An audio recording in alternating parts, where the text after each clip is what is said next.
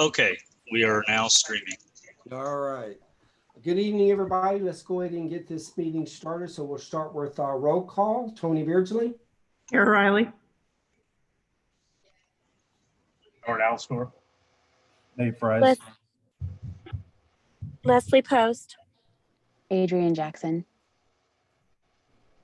All right. We have a quorum of board members. Hopefully, Jeff will be joining us here shortly. We may have had difficulties as far as technical difficulties for him.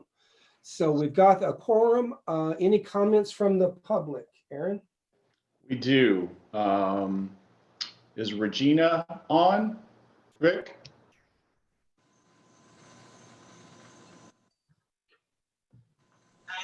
I don't see her on the panelist list. Let me check the attendees just a minute. Okay. That's outside. Yeah. Okay, I've allowed her to talk. Okay. Regina, can you hear us? Yes, I can. Okay, then your time has started. Regina, if you want to go ahead and talk, you've got 3 minutes. We give everybody 3 minutes during this period here. So if you want to go ahead and get started, we will start as of now. Appreciate the opportunity to talk. However, I'm just here to listen tonight. I'm so sorry. Okay, all right, that's fine. That was quick. That was easy. I can talk about anything you'd like for me to talk about. I've had a lot of questions about labs, how I'll be doing virtual teaching. So, but sorry for the confusion. Well, hopefully at some point during this meeting, some of those questions will be addressed. Okay. Yes, sir. So, we'll go from there. Appreciate you. Thanks for not having anything to say. All right, so we're going to move on there. Were there any other comments from the public, Aaron? I don't think so. Last I checked with Vic, we had Regina down, and I don't know if there was anybody in the last few minutes. Was there, Vic? I'm not seeing anyone. Give me 1 second. I'm double checking. Sorry. I have a lot of things going on here.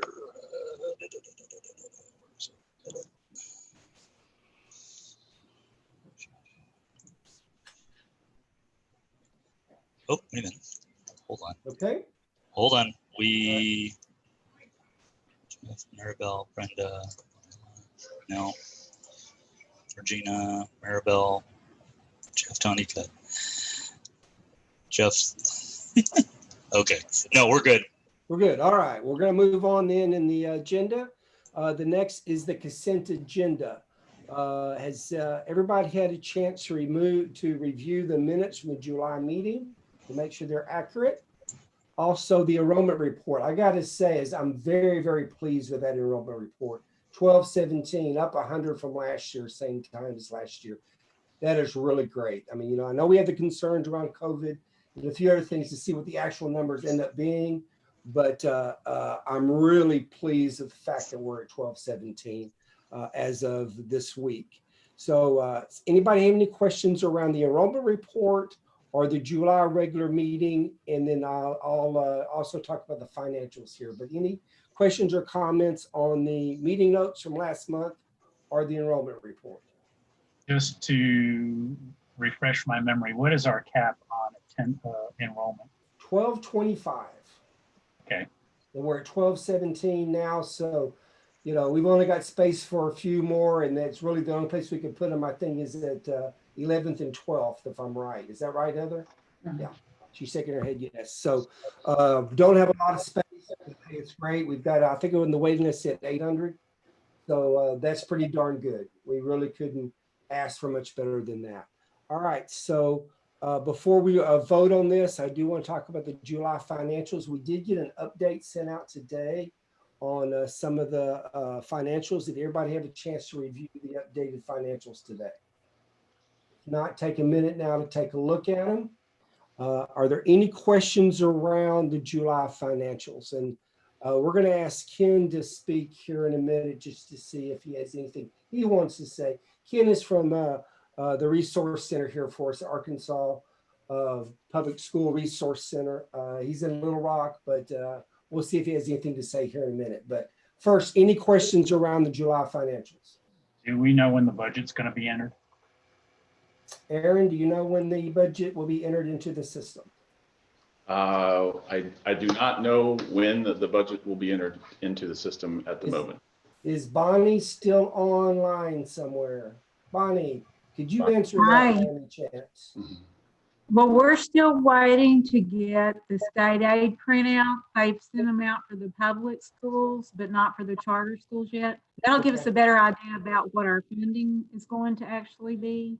Okay, So normally the budget is submitted at the September school board meeting and Right. it has to be submitted by the end of September. right. But hopefully we can get it done, you know, in time for the September school board meeting at the very latest. So Will we're there be any point in time where we'll be able to preview that before the September board meeting? So Bonnie, I think what he's asking is, are we gonna have a chance for it to be sent out before that second week meeting in September? I'm hopeful that yes, we will. Okay, Okay, thank you. okay, sounds good. Any other questions around the enrollment report, July financials, the meeting notes from last month? So one question, the only thing I saw sent out was today was an updated operating expenses. Is that what we're referring to as far as financials? That's part of it. Then there's also the financials that were sent out with the meeting notes. It was in the board packet, Mr. In the Honeycutt. board package, there is the expenditure projections in there. So mainly that's what we're looking at this point, since we don't have a full budget yet for this year. But that was sent in the original board packet last Friday. Okay, I see that. Thank you. One question on the expenditure update. It looks like the majority of that was through rent. That was a pretty big gap. What's the difference? Why such a big gap there? Bonnie, can you answer that? Okay, a gap. So, I need probably a little bit of clarification of what you mean about a gap. So it looks like the biggest change between the expenditures that was sent out in the board packet and the expenditures that was sent today was the rent line, rent of buildings. Oh, no, actually it was just that last tab. That was kind of a redundant tab, and for some reason, when it's somewhere along the way when that report was set up, some of the cells were corrupted. And some of them had formulas in them and some of them didn't. So I just had to go in and manually enter the accurate information. I was assuming that it was pulling from fields. It was supposed to have formulas in there, but the formulas weren't all in there. That information is actually the accurate information for this month. Okay, Okay. thank you. All right. So Tony, Any other? yeah, so on to Nate's question. What rental buildings do we have for $92,000? And I'm assuming that's at least for the month of July. Is that true? Did you say rental? Did you say rental? Yeah, rent Yeah, of it says buil- it's under the line, it's rental buildings, rent of buildings, 92,000. Howard's Okay, asking for- Okay, that's our debt service payment. That's right. And it's set up under that code. That's the way it's always been set up. And the description is rental / buildings, I think. So And we're currently paying that from 3 different funding sources right now. So that is basically the mortgage of the buildings. Yes. Okay. And we do have a small rent payment too in comparison to the rest of that. So, Right, that would be for the administrative office. Yes. right. So, and sorry, I know I'm getting into more detail than I need to right now, but that rent of buildings, we're anticipating that's going to go up based on whatever we owe the Bank of Ozarks and then the Walton Family Foundation. Is that a true statement? The amount we were paying for the first 11 months of the 1920 school year was $106,000 for the building. it's now gone up to 131,000, and this is per month. So it's gone up about $25,000 a month. Right. And then we'll start paying the Walton Family Foundation once a year every June, and that will be an additional 125,000 in June of 2021. That's the Bank of the Ozarks loan, correct? The one we pay, yes, that is, yes. Okay. Yes. All right. So Howard, any other questions? I have lots of questions, but I need to cipher through what I was just told. Okay. All right. I got you. Is it is it possible for us? I know that we just got these yesterday. It'd be helpful for us to have a little more time to review them if we're going to talk about them at board meetings in the future. Is it possible to get them a few days earlier than the day before? The reason, and this goes back in history, the reason we actually moved our board meeting dates to the second Tuesday, we used to meet on the first Tuesday, was these reports weren't ready at all. So from my understanding is you can't run some of the financials until that first week of the month. Is that correct? Right. You have to That's close what out you have to close out a month. Right. Yes. Sure, that's standard billing. Yeah. So Right. that's why we try to get them on the Friday before, so we have the weekend to review them. In most cases we do. Now we did have some changes this month, but in most cases we do get them Friday morning. Okay. Before the board meeting to give us 3 full days to look at them. Okay. And if we see this becomes an issue, we'll look at see if there's something else we need to do around a financial meeting or something like that. We can do that. So give me 1 second here. Gotta find my agenda again. All right. So we have any other questions on the July financials? Okay, with no more questions, I will accept a motion to accept the consent agenda for the July financials, the enrollment report, and approving the minutes from our July meeting. I'll make a motion. Got a first? Need a second? Second. Got a first and a second. Any further discussion? Okay, all those in favor say aye. Aye. Aye. All opposed say nay. Ayes have it, motion passed. All right, so now we move on to the new business section of the meeting. We've got Did you want Ken to talk? Yes, let's go and do that. This is a good place. Ken, what would All you right, like thanks, to have to Tony. say to us tonight? I just want to let you know we appreciate the opportunity to work with you guys. We are the Arkansas Public School Resource Center. We provide support for charter schools in Arkansas. We also provide support for traditional schools, but we are the resource center for charter schools in the state. And we're also the back office bookkeeper for your school, as Bonnie is the one working with your school. So we are, I know several of the board members. I've seen you in training before, and I just know we have new board members, and it's an exciting time for the school. You mentioned your enrollment, you have a new leader coming on board. Just want everyone to know that we will continue to streamline our back office bookkeeping process as we work with a new leader. Currently, we're working with Aaron and Matt and Heather and Vic, several of them, on getting budget items in place for the new school year. That will be approved by you guys, of course, next month. And we have been working with your school since November in this capacity. We do the back office bookkeeping for 6 other charters and 1 traditional school. So I think our strength for you guys is we have a lot of experience. I served 12 years as a school superintendent in the state. We have over 75 years of bookkeeping experience amongst our staff. And Bonnie is certainly a veteran in the bookkeeping field and does a good job. So what we can take a look at, you guys have always done your financials with some of these kind of Excel reports. We also have a lot of reports we can run out of eFinance, which is the state's software program. And we have reports that we can run out of CFAN, which is our administrative finance software that we've created at APSRC. So we'll have a lot of different options for you guys that you'll be able to take a look at over time. We'll continue to streamline those and work with a new leader and use the reports that, you like to see and get you the information that you need when you look at them at your board meetings.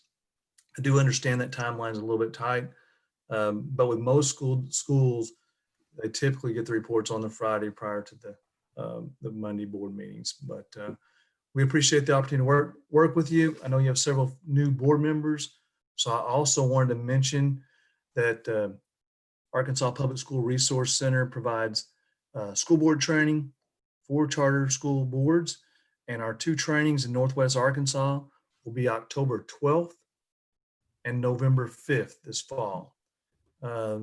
Hopefully they'll be in our office in Springdale. And if it's not, if COVID would not allow that, then we'll have them via Zoom like you're having your meeting tonight. But those will be from 5:30 to 8:30 on October 12th and November 5th. And for your new members, they have to have 9 hours of training by the end of their next calendar year. So if they start service this school year, during this calendar year, and they have to have at least 9 hours training by December of next year in 21. But we'll offer 6 hours of training this fall, and we appreciate the opportunity to work with you. And if you ever have any questions, you can always contact us, and we'll be working closely with Aaron and staff as we work on the budget and get ready for the new leader.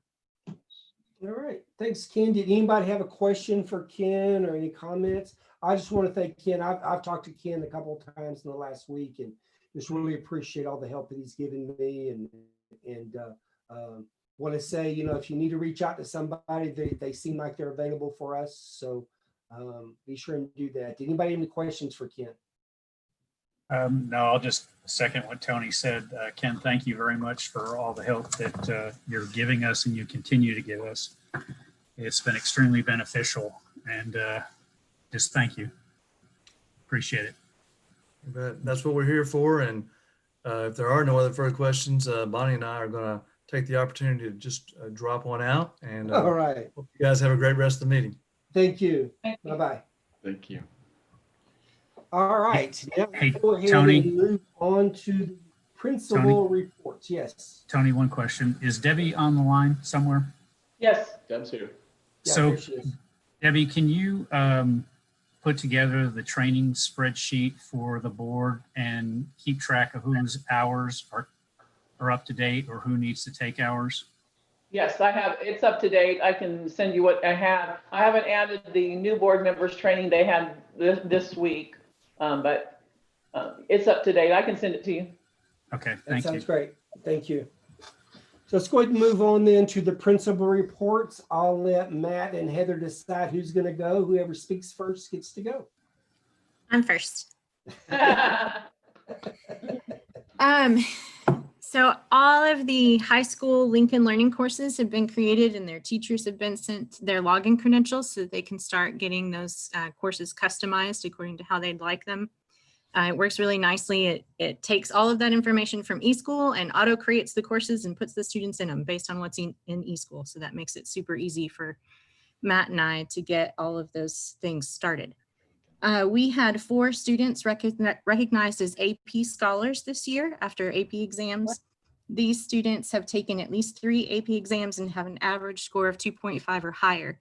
So I'd like to recognize Fletcher DeRowan, who's a recent graduate, Abigail Houchins, who is also a recent graduate, Roddy Little, who is a rising junior, and Jalen Mook, who is actually an AP scholar with honors. Her average score is a 3.5. She's a rising senior. We gave 74 AP exams this spring while students were in quarantine. And the AP exams looked very different. We had 46% of our students make a 3 or higher, which is about the nation's average. During this testing period, the whole test changed and the whole experience changed. And I think a lot of students really struggled. But I do want to congratulate Ms. McWilliams. Every single one of our AP Studio Art students made a 3 or higher on their AP Studio Art portfolio. So she worked really hard to make sure those students were prepared. Finally, our PTG has been working really hard to enroll families in their membership drive. Last year, grand total, we had 35 memberships the entire year. This year, they're only 10 days into their membership drive and we have 78 families registered. All right. So we're really excited about the increase in family engagement there and looking forward to a unique but exciting year. All right. Thank you, Ms. Wright. Appreciate you very much. Mr. Young, what do you got to tell us tonight? Can I ask Heather one question? Yep. Sure. Heather, pertaining to the email that went out today about picking up Chromebooks, if our kids can do their work on a iPad or a laptop, should they still pick up Chromebooks? Yes. Okay, thanks. I figured a lot of people would have that question. Yes. Thanks. Any other questions for Ms. Wright? All right, Mr. Young, you're on. All right. Been a busy time, an interesting time at the K6 campus. We've had lots of students switching the way they're going to be learning with family situations and different reports coming out. The good news, though, the students are staying with us. They're still staying Arkansas Arts Academy students. Just some of them moved from blended to virtual, and some are moving to more on campus time. So as that changes, we've been just moving students around and making sure we're keeping classes balanced. Next Tuesday, we're actually having kindergarten screening for our students that will be on campus and our students that will be hybrid. And we've spaced that out so that we can do that in a safe way for the students and for the teachers and for the parents. So that'll be next Tuesday. They were all contacted today. And then next Thursday is going to be our open house. It will be a sign-up open house. So that way there will only be one family in the classroom at the time. And that family will have 15 minutes. And then the gym will be opened with limited space so that they can go in and meet their arts teachers or any other special teachers they'd want to. Parents will get an email from their teacher to sign up for their time. And then as far as training coming up for teachers next week, a lot of training has to occur in a very short amount of time, dealing with Lincoln Learning, which Ms. Wright just mentioned. And also Nurse Katie has done an amazing job for both campuses, keeping us safe, keeping us on top of whatever the newest information is. And she will be helping our teachers get ready for how to deal with this pandemic in the classroom. And so she has been amazing. And then Bonnie with APSRC has been helping us with all of our federal program money to make sure we are allocating that in the correct way. All right. Any questions for Mr. Young? I appreciate all that. I know it's not easy right now, and I really do appreciate everything you guys are doing. Any questions for Mr. Young? Nope, all good. All right. Well, then let's move on to our COVID safety update. We'll let Catherine go ahead and talk to us. What do you got to say? Hey, yeah, I'm Katie Milligan. I'm the school nurse at the K6 campus, but I'm also the district nurse. So I work closely with Maribel Morgan at the high school. But I wanted to thank you guys for the opportunity to speak, but also give you a COVID-19 safety update. Oh, damn it. To screen sharing. So I'm gonna need you to tell me if you can't see can you see the PowerPoint? Not yet. Not yet. Can...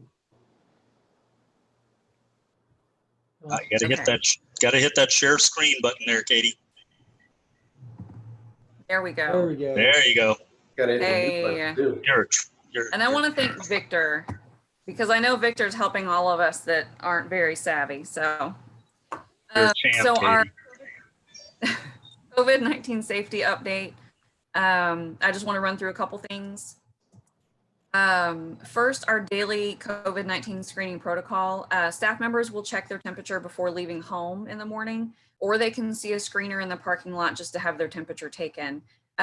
Teachers with a temperature of 100 will not be allowed on campus. When it comes to our students, parents and guardians must turn in the COVID-19 screening waiver by the first day of school. This waiver is available on the nurse page on the Arkansas Arts Academy website. The waiver expedites the morning process by providing parents the screening criteria so they can review with their students on a daily basis. But it will reduce the time it takes to get through drop-off by limiting our staff to just taking temperatures instead of taking temperatures and asking the 3 questions to every single student. The screening questions will also be posted on signs along the drop-off lane to remind parents of the screening criteria. And those questions I have listed, and that's also listed on the screening waiver.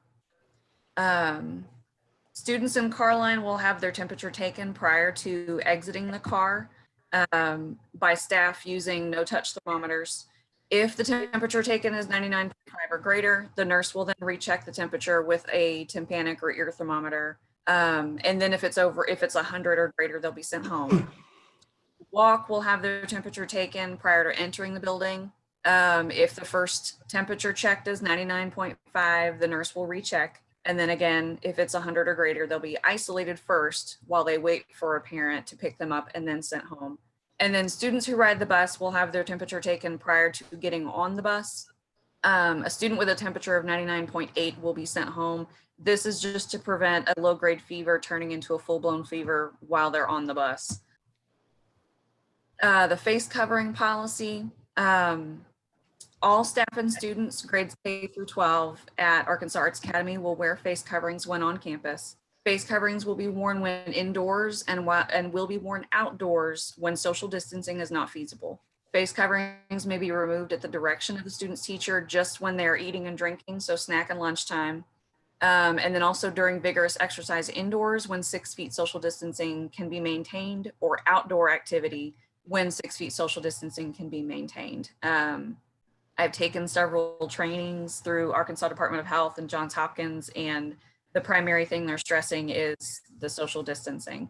I've listed face covering guidance that I'm going to send out to parents via email, but I will also post that on social media just to give parents some guidance and guidelines to go by so that they know that their child is wearing an appropriate covering. The isolation protocol, and I meant to say this in the beginning, all of these guidances are gathered from the CDC, American Academy of Pediatrics, and Arkansas Department of Health. So per the CDC, students who answer yes to having any of the symptoms in section 1 while at school, but answer no to the questions in section 2 will be placed in isolation separate from staff and other students. The isolation areas at the high school, Maribel Morgan has a room behind her desk that has its own door and it has a cot.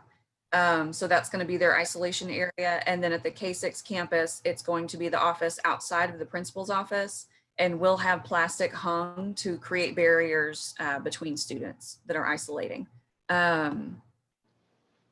And then moving along, so students who answer yes to any of the questions in section 1 and yes for section 2 will need to be isolated at school, but also the parent or guardian will be advised to take the student to a medical facility for evaluation and possible testing. And then below, I just listed the process that Maribel and I will follow when we have a student that we believe needs to be isolated. The positive COVID-19 case protocol across the state of Arkansas, each school district has designated a point of contact person. For our district, I am our point of contact. So if we receive a notification of a positive COVID-19, whether it's a visitor, student, or employee, there is a dedicated hotline for schools to call. So I would call that number, let them know that we had a positive case on our campus, and then we would compile the list of probable contacts based on what I know of contact tracing, and then notify those contacts of a 14-day quarantine. Arkansas Department of Health would then guide us in our determination of the level of response. This flow chart or decision tree is also available on the Arkansas Arts Academy website on the COVID-19 resource section. Also, the level of response is also in that same COVID-19 section. So this is my last slide, but I just wanted to also share other safety measures that we've been taking On the K6 campus, we're cohorting or keeping together classes to prevent intermingling of students and help in the contact tracing process. At the high school campus, the students have assigned desks that are spaced 6 feet apart throughout the common areas. Desk and table dividers will create an extra barrier. There will be hand sanitizing stations in every classroom and throughout the halls. There will be EPA registered cleaner in every classroom.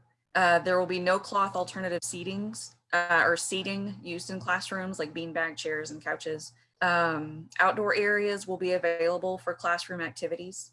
Lanyards will be provided to students on the K6 campus to attach to their masks to help keep them from dropping them or losing them. Extra masks will be on hand for staff and students. And SSC, which is our custodial service, will be providing campuses with cleaner and increased safety measures. One of the examples is during flu season, they usually have a flu season cleaning protocol. They're going to do that every evening now. Daily meds will be taken to students instead of students coming to the health office to help reduce traffic in hallways and in the health offices. Students will have their own school supplies. Lunch will be eaten at the student's desk to avoid crowding in cafeterias, and healthy behavior reminders will be posted around both campuses. Do you have any questions, or did I miss anything? Very thorough there. Thank you. It sounds like you've done a lot of thought let's get into that, and we were able to pull in the right resources to get that done. I have one question. Can you elaborate on how you're going to contact trace? What is that process going to look like? So once we find out about a positive case on our campus, then say it's a student in 2nd grade, we would, because we've been cohorting, we would determine when they were tested or when they started having symptoms, and then determine from there, it would likely be their classroom and their teacher. We would then reach out to if they ride the bus, if they went to specials, and determine, because Ms. Carpenter has been wonderful. She put a bus seating chart together so you know exactly where the child is sitting every day. So then we would send out a mass text only to the families that are involved, email and automated phone call. And then that communication would notify them that they will be getting a personal call as well. We would notify them that they need to begin a 14-day quarantine. And then the Arkansas Department of Health would also be contacting them. Will there be mandatory testing of those people who are in quarantine, or are they just quarantined for 14 days and then they're done? If they're not sick, we call it good. Currently, guidance doesn't say anything about mandatory testing. So it would just be the mandatory 14-day quarantine. Okay. What about, are we going to make any kind of school policy about teachers in that situation and mandatory testing? That's a good question. You probably don't know the answer, but it is a good question. And I don't have an answer yet. I haven't heard about anything being made a directive, but as a school or as a district, maybe that's something that we should look into as far as teachers being tested prior. Are you talking about if there is a probable contact in their class or just prior to returning to school? Obviously, if they have a contact, I would prefer they get tested, or if they're symptomatic at any point, mandatory testing. Yeah. Okay. So one question, Katie. Yeah. Flu season, of course, is just around the corner, and that's going to throw a monkey wrench into all of this. With and everything you've got, I mean, I agree. It's by the book with what everybody else is doing. What do you anticipate that looking like as far as, we're going to have people that have colds that are going to present 100-degree fevers. We're sending those people home. If they have a persistent cold and a fever that matched that, would they be allowed back with a negative COVID test, or are we just erring on the side of caution saying if you've got the fever, you're staying home? So a lot of our guidance would come from Arkansas Department of Health. So they are providing letters to everyone once they're released as well. So if someone is quarantined, they won't be coming back on campus without that release letter from Arkansas Department of Health. But that's something that's crossed my mind several times as we get closer to flu season, is I'm going to be isolating every other child because of just the nature of the symptoms. And the CDC guidance was to take any of those symptoms. Because when I started writing policies for the isolation area back in May, I thought, well, maybe just 2 of the symptoms would put someone in isolation. And then the CDC guidance came out and it was any of those symptoms, you just put them in isolation. So it is definitely erring on the side of caution. With the guidance, it gives me a little bit of reassurance in trying to avoid excessive absences for students as we try and keep them on campus as much as we can safely. In that CDC is saying that if they have any of the symptoms, but they answer no to the questions about contact with someone who's positive, and that they could return like our normal sick policy, which is 24 hours fever-free, symptom-free, without medication. I do think that there will be more students sent home than any other year because I will be erring on the side of caution. Okay, thank you. And do we well, I shouldn't say we feel, I'm assuming this is the same set of guidelines that every single school in the area are following. Is that a true statement? Yes. Okay. Hey, does anybody else have any questions? Yeah, Listen. just one. And if you mentioned this already, forgive me, but so what's going to happen when you have more than one child that needs to be isolated? I mean, I'm just thinking of that tiny little room there behind the nurse's office in the high school. How are we going to handle that? So Maribel's isolation area and the isolation area at the K through 6, we're going to hang plastic to separate areas so that students have the mask on and they also have that added barrier between the 2 of them. Okay. I'm trying to picture it, and I just know that's a tiny little room. And if you're isolating someone who doesn't have COVID, but you don't know it yet, and you have someone who does, it's a tiny little area to be confined in. I wouldn't want my child confined with multiple children in that room. And I think you're probably gonna have other kids or other parents that are gonna feel that way. We can certainly look at alternatives to isolation. Yeah, I mean, I get it. It's hard and we're really limited on space. I'm just thinking of how's that gonna work. Yeah, something for us to think about, definitely. Yeah. I just had a quick question about ventilation. And is that something that we're doing on buses and in the classrooms? If possible, I don't even know if the windows can open. Heather's shaking her head no. Windows cannot open in the high school, no.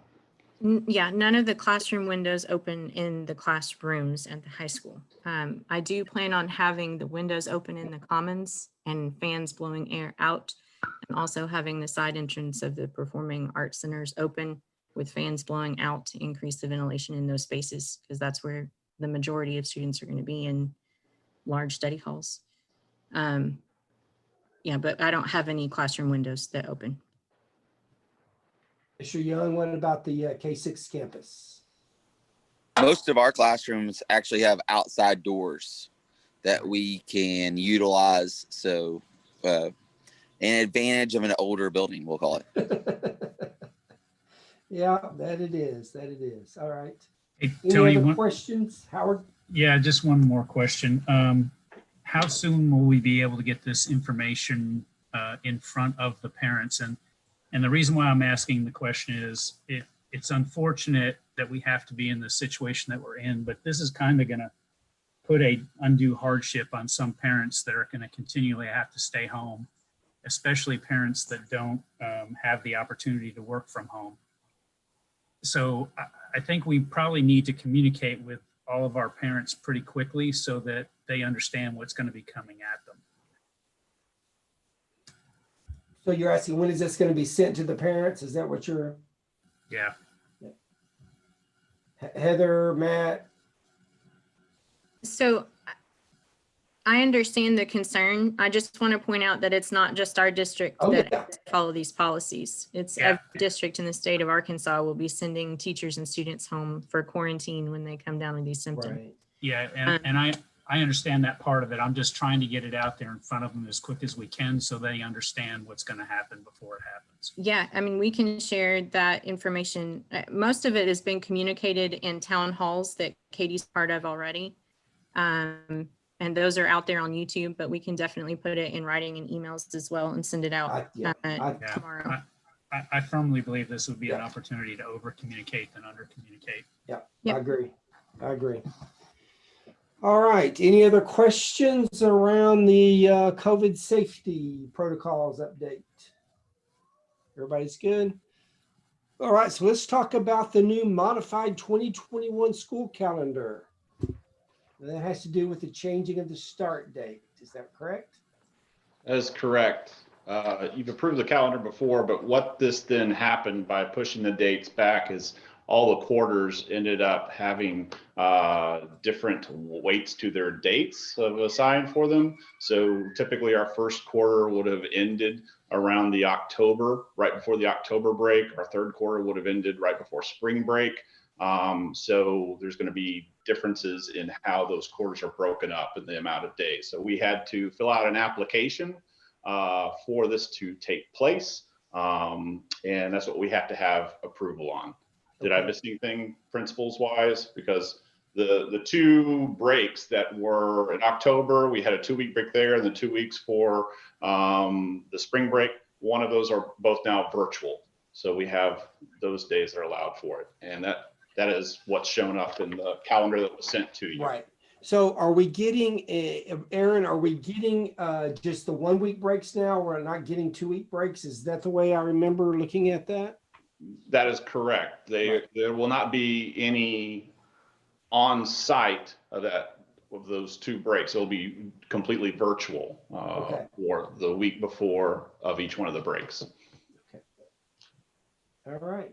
Anybody have questions about this? It looks like we really don't have a lot of choice because of what's happening in the world right now. We're being forced into this. So any questions though around the calendar changes? All right, so then I will accept a motion to accept the modifications to the 2021 school year calendar. I'll make a motion. I've got a first. A second. I got a second. Any further discussion? All those in favor say aye. Aye. Aye. All opposed say nay. Ayes have it, motion passed. All right, we're moving right along here. Let me get back to my agenda. All right, approve district support plan ready for learning. And this is coming from the admin team. Yes. So on Friday, we were given an email in the early afternoon that we need to have a plan documenting how the district will address 7 actions assurances that are outlined by the Division of Elementary Secondary Education. And this has to be board approved and then posted on the website by September 1st. So Matt, Heather, and I had kind of talked about it. I looked at a couple of these different plans that had been posted, not many districts had. I think Heather wins in reviewing 30, probably from all over the United States, put our heads together to try to kind of create one. So in about 24 hours, we were able to kind of put this thing together thanks to the 2 principals. It is in a PowerPoint format. I can certainly bring this up if you need to kind of review each one of these things. All of the actions has to do with professional development for teachers of learning, blended learning formats. There are, like I said, 7 of these actions and assurances that we meet each one of them. And it's just to post to be able to show that our district is in fact doing each one of these. That we have a plan to address the 7 different areas, basically. Yes, we have them all. Both principals have signed off on them. As I said, it's in a PowerPoint. I can bring that up if you want to kind of look at each of it. We can certainly go through every one of the slides. ask the board, would you like to see this? Or do we just go ahead and say we're good? We could have a little bit more discussion, but would you like to see the PowerPoint? I'm asking the board. Could just flash through it, like 2 minutes, just so we know. Just what give you're us a talking quick about. overview, Aaron. I don't know if there can be a quick overview for it, but I will do my best. Here we go.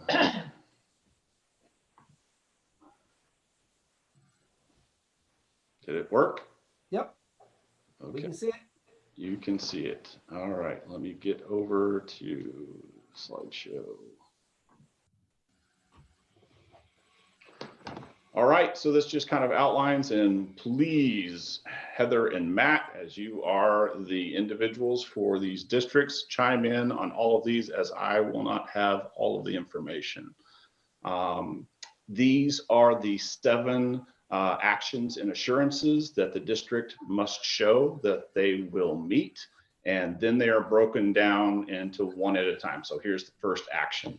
As you see, Arts Academy will ensure the continuity of teaching and learning by providing and guaranteed a viable curriculum that includes blended learning K through 12 and diagnostic assessments K through 8.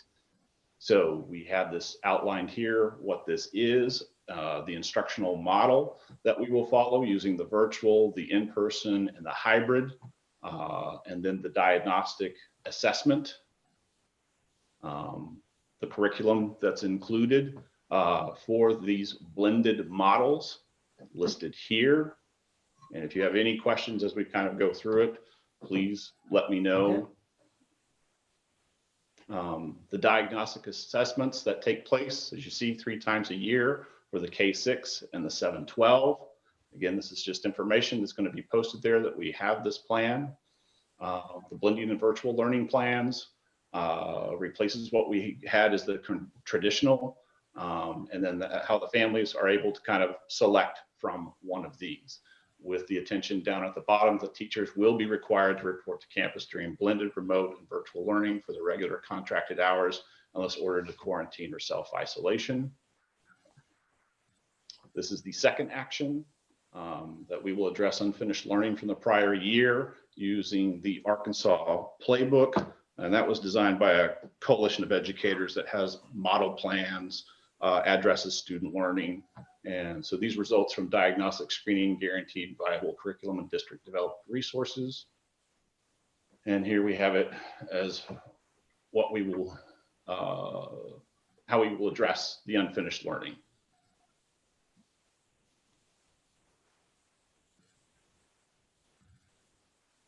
And continued on with the diagnostic assessment that you can refer to in slide 6. How this all works. Addressing unfinished learning through SPED, English as second language, 504s.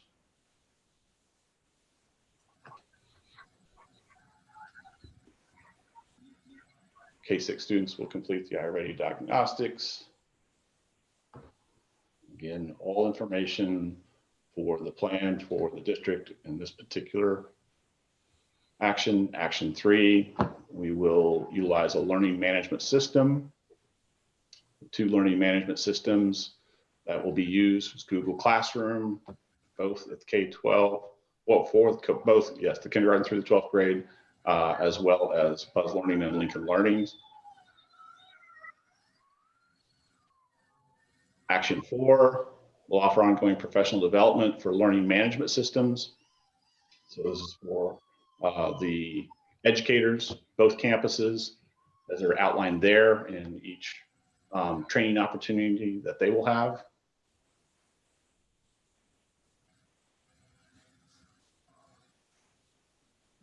Action 5, providing teacher training for blended learning delivery of instruction.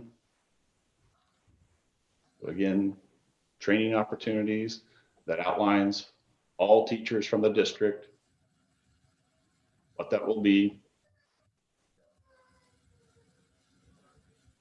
There are additional resources that we will pull from. Action 6, we provide support for parents and students. So We'll provide training sessions to those parents that are interested about Google Classroom and Buzz Learning. Anybody who is unable or uncomfortable with face-to-face training, they'll have to be able to have this opportunity through Zoom as well. Families will provide academic support on or off site.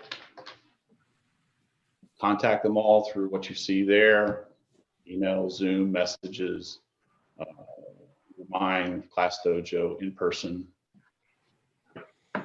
as well as special populations,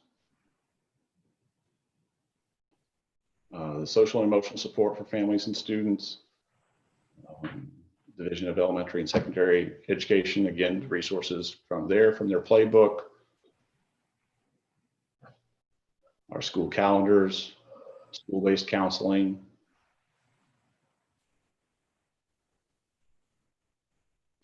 physical support for families and students in need, all support and resources for students experiencing homelessness, through counselors, other resources there. And then the final action assurance is we'll provide a written communication plan for interacting with parents, students, and community. We regularly communicate through all of the stakeholders for this plan and the methods that you see there.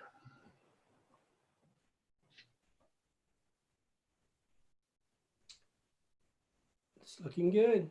Looks like you guys put a lot of work into this. For a little bit of time, I think Heather and Matt did it exceptionally well. So it was a tight turnaround. So again, outlining the communication plan to make sure that all of this is documented for this entire upcoming year, ready for learning continued support, and then assess all those structures outside the regular school day to support the need for the students and staff, and the school level improvement plans.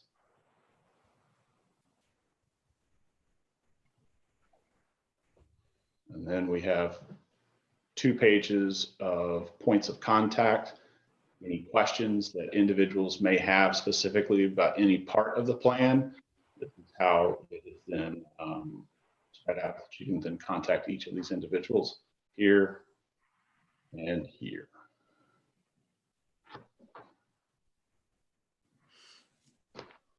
So Aaron, quick question for you. I know we're calling this a plan, but does this need to be part of our policy?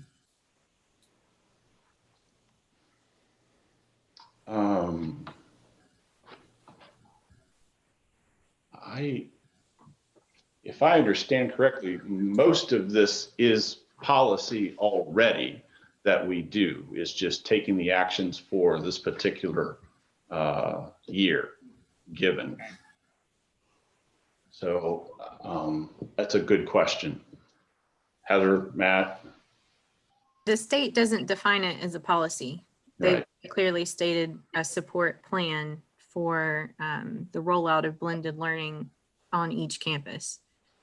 So I don't know that it needs to be a policy. The only reason I'm at Necessarily apply next year. Yeah. The only reason I'm asking that is if it's something that has to live on, it'll probably need to be updated. But if it's only a plan for this year, then I guess that's a good point. No, most state assurances are just that the board is reassuring the state that we are following these 7 guidelines. So board policy is not needed. Okay. Okay. Thanks for the clarification, David. All right. Any questions to Aaron on this? Like I said, it looks like you threw this information together and it looks really good. Appreciate the work, Matt and Heather, on that, and Aaron. So any questions on the support plan? Everybody's good? All right, so let's move on to the next one. And that's approved personnel policy, employee policies and guidance for pandemics by Hey, Tony, Can I ask a point of question? order, I think we need to vote on that, don't we? Yes, Okay, yes, it has to be board approved. It does have to be before board it- approved. I'm sorry, I misunderstood. That's all right. Okay. So I will accept a motion to accept the district support plan, Ready for Learning. I'll make a motion. Need a second? I'll second. I have a first and a second. Any further discussion? All right, all those in favor say aye. Aye. Aye. All those opposed say nay. Ayes have it, motion passed. All right, now we can move on to the personnel policy, employee policies and guidance. Ms. Wright? So you have the policy, which is basically a model from other districts that have been used. And it's based on the Families First Coronavirus Relief Act and how that intertwines with the Family Medical Leave Act as well. So basically it just outlines what the expectations are for employees. So they are expected to be on campus. And then there's a list of exceptions. So if they have a pre-existing condition that a doctor states that they need to avoid further exposure, then they have to provide us that documentation from the doctor. And then the building and district admin look at whether they are able to fulfill their duties virtually. If they can fulfill their duties virtually, then we allow them to work virtually. If we come to the conclusion that they cannot, then they have the option of exercising the FMLA plan for up to 12 weeks or being released from their contract. And so it outlines what all those exceptions are. If we ask them to quarantine and they're not able to work virtually, then they have up to 10 days of full pay under the FFCRA Act. If the Arkansas legislature passes their additional 2 weeks for educators, which I think they're considering now, that would add an additional 10 days of full pay that will be paid from State CARES Act funding. And so there's a potential that you might see this again in September if we have to modify it based on what the state legislature passes. Gotcha. And then if they are responsible for caring for someone who's been asked to quarantine or who is sick because of COVID, then they can take, or whose daycare or school has been closed and they're required to care for a child and they are not able to work virtually, then they qualify for 2/3 pay for up to an additional 10 weeks. So that policy is all legal jargon. I consulted with Trip Harrell, who's our lawyer through APSRC, to make sure that I had it all right and that I wasn't asking anyone to do anything that we might get sued for. So I looked Heather- at it it looks like it covers just about every scenario that we might be facing. Tripp was Anybody quite have any impressed with the author. He was very impressed with what Heather had created and also stated today that how impressed he was with the district offering so much that it was actually above and beyond what was taking place in other districts. So thank you, Heather. That's great. Thank you, Heather. So Any Heather- questions for Ms. Wright around the policy there? I have one, sorry. You mentioned something about if they had to stop working, that they could be released from their contract. That doesn't mean that we have to pay out the contract, does it? No, and most of the people who don't want to be on campus but don't have a medical reason for not being on campus are choosing to resign before school starts. So if they ran out their FMLA and they couldn't work virtually, that would be a really extraordinary circumstance because they've got 12 weeks, which is 3 months, and that puts us into November. Then the district and the employee would need to sit down and figure out how we move forward, but we wouldn't be paying out the rest of their contract. Okay. I'm trying to get an understanding of how that would work in light of where we are holistically from a financial standpoint. And if we have to terminate somebody's contract and then pay them some amount of money, but then we need to hire somebody in on top of that, what that could potentially mean for our expenses. Right. Okay. And in most cases, Matt and I are trying to find ways to allow those employees who can't be on campus because of a pre-existing condition to work virtually. So Matt, am I correct in saying that? Yes, ma'am. Yeah. I have a little more leeway than he does just because my students are not in classrooms all day. But we're not,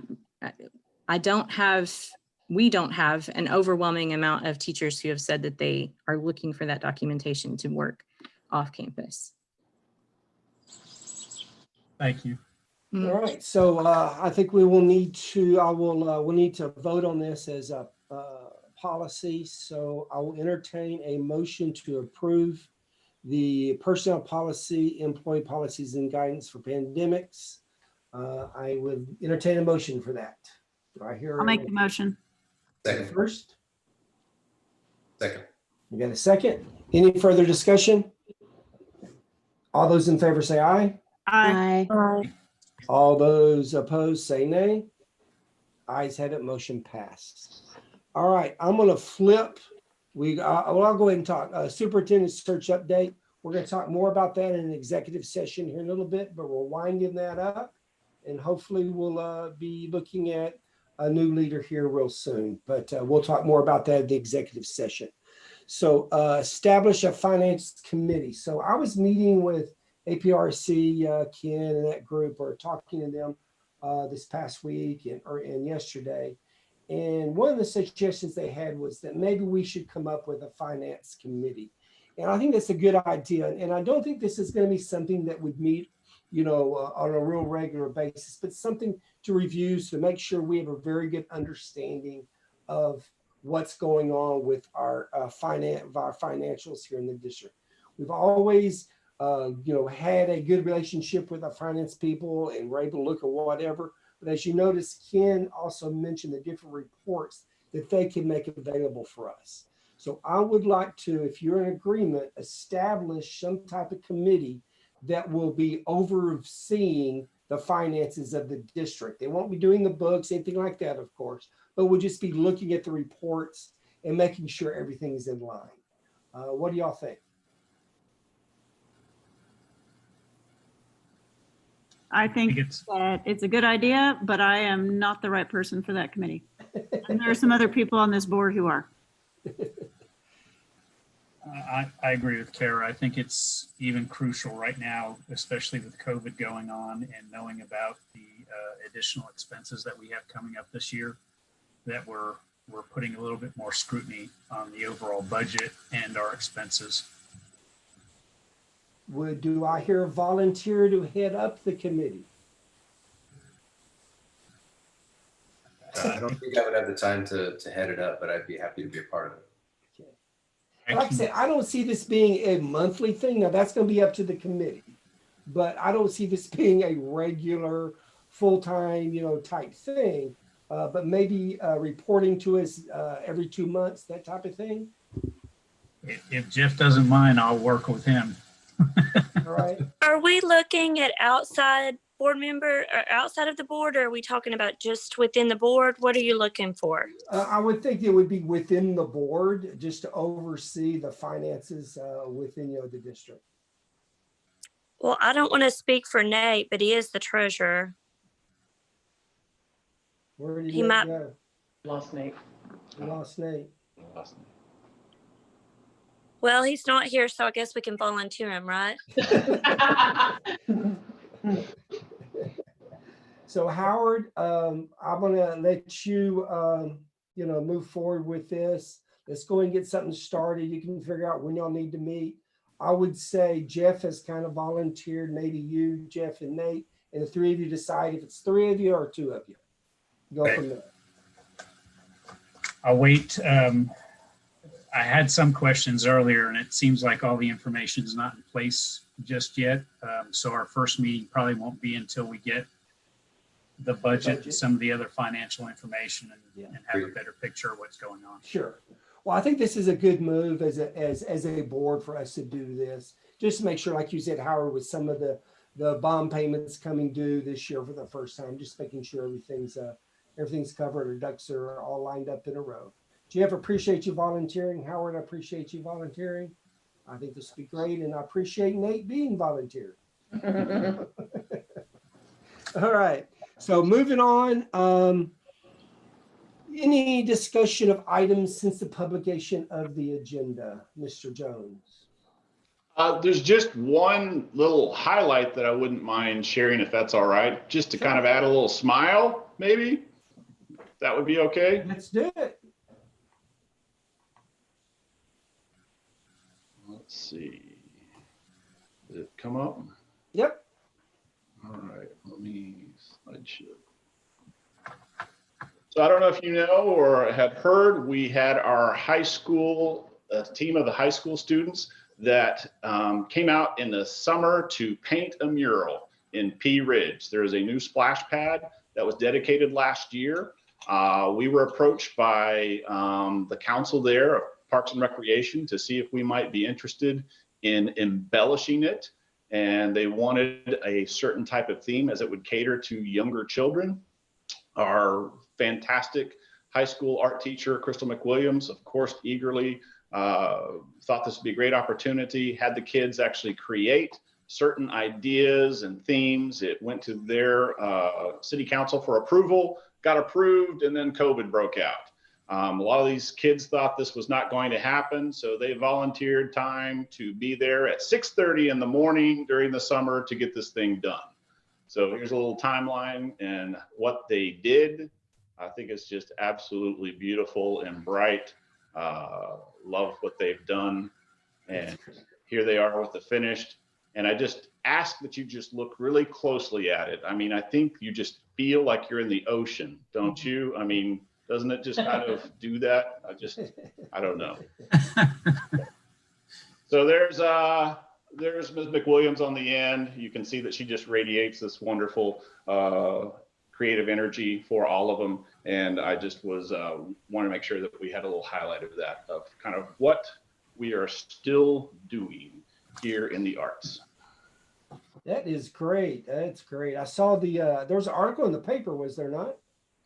Yes, there was a Pea Ridge paper. Yep. All right. With that said, what I would like to do is us go into an executive session to talk personnel. We have some contracts, some other things that we need to go over, resignations, etc. We need to do that in an executive session. So I'm going to ask Vic if he would get us ready for that. You guys are happy to stick around. We're going to go into a Zoom room to do this. You guys are welcome to stick around. I don't know how long this is going to take. It could be 15 minutes. It could be 30 or 45. I really don't know. So you're welcome to stick around. Any voting that has to be done, we will do that as we come out of when we come out of executive session. We won't be doing any voting in executive session. So if you want to drop off, feel free. If not, we'll see you on the other side of the executive session. Vic, you want to get us going? Yeah, 1 second. Yep.